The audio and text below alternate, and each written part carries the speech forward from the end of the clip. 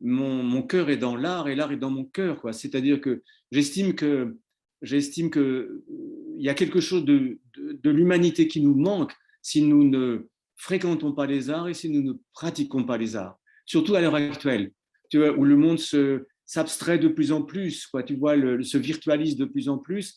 Qu'est-ce qui va nous ramener dans une sorte de réel authentique, hein, sinon ça, hein, sinon la fréquentation des arts, la pratique des arts, la connaissance des arts, l'étude des arts, c'est quelque chose actuellement, moi, à mon avis, hein, qui peut sauver le monde, hein, dans la course un peu affolée qu'il est en train de connaître, quoi. Bah, écoute, moi, l'essentiel de mon activité professionnelle a été consacré à l'enseignement dans le cadre de la pédagogie Steiner-Waldorf. Donc ça, c'est une part de mon activité qui continue encore maintenant. J'interviens encore auprès des lycéens.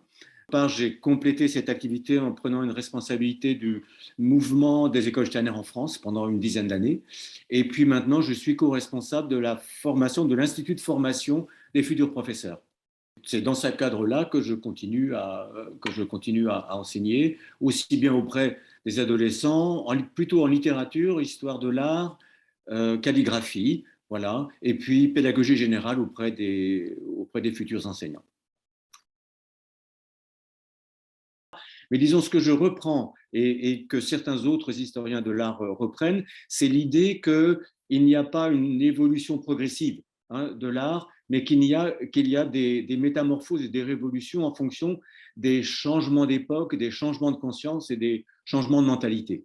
Donc, la dimension de la beauté spirituelle de la peinture, elle est plus difficile à atteindre. Il y a un grand peintre qui s'appelle Nicolas Poussin qui dit que la peinture fait profession de choses muettes.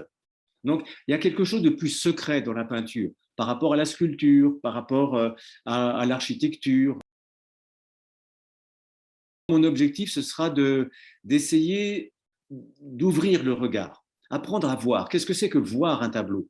À quel moment un tableau, tout à coup, il se révèle au-delà de son côté anecdotique? À quel moment il se dresse, il se redresse? Donc pour moi, c'est fondamental.